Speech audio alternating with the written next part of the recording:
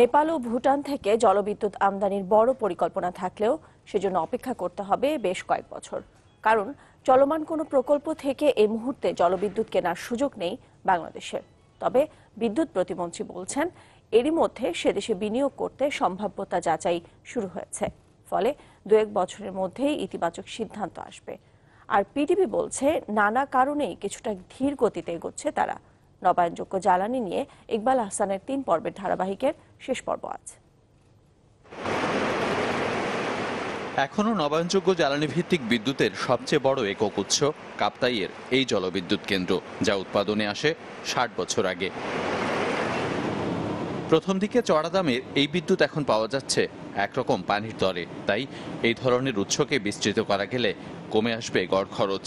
তবে সেই সম্ভাবনা একেবারেই কম বাংলাদেশে। তাই পরিবেশ আর জ্বালানি পোড়ানোর সবচেয়ে কার্যকর বিকল্প হলো আমদানি। কয়েক বছর ধরেই দেশীয় গ্রিডে আসছে ভারতীয় বিদ্যুৎ, যে অঙ্ক আরও বাড়বে কয়েক গুণ সরকারের মহাপরিকল্পনায়। আর দীর্ঘমেয়াদে ওই পরিকল্পনাকেই কার্যকর করতে এখন আলোচনায় নেপাল ও ভুটান থেকে জলবিদ্যুৎ আমদানি।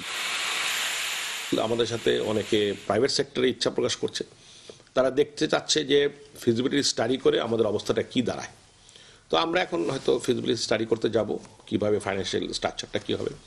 আগামী 1-2 বছরের মধ্যে এটার একটা স্ট্রাকচার দ্বারা হয়ে যাবে। একবার স্ট্রাকচার দ্বারা হলে আলটিমেটলি নেপাল থেকে বিদ্যুৎ নেওয়া কোনো সমস্যা হবে না আমাদের। ভুটানের ব্যাপারে সেই রকম কোনো অগ্রগতি হয়নি, বাট আমরা আশাবাদী যে আলোচনা করে আমরা এগুলো ম্যাটেরিয়ালাইজ করতে পারবো। আপাতত নেপাল থেকে আমরা 500 মেগাওয়াটের মতন আনবো চিন্তা করছি, ভবিষ্যতে হয়তো সেটা আরও ইনক্রিজ করবে।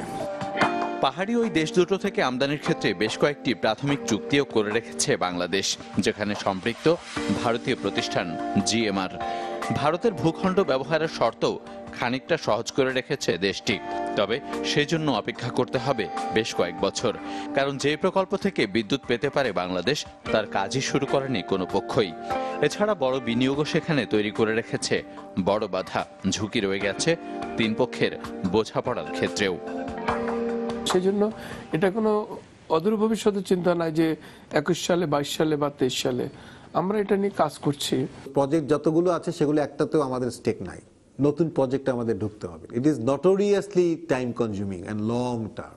যেটা আমরা করতে পারি, অলরেডি এক্সিস্টিং প্রকল্পে যদি আমাদের কিছু বিদ্যুৎ ওদের এক্সট্রা থেকে থাকে, যেটা কোথাও বিক্রি করছে না, সেটা আমরা দ্রুত কিনে নিয়ে আসতে পারি। বিভিন্ন সংস্থার হিসাবে নেপাল ও ভুটানে উৎপাদন সম্ভাবনা অন্তত লাখখানেক মেগাওয়াট, যা তাদের চাহিদার কয়েক গুণ। তাই পরিকল্পনা মাফিক এগোনো গেলে সেখানকার বড় আমদানিকারক হতে পারে বাংলাদেশও।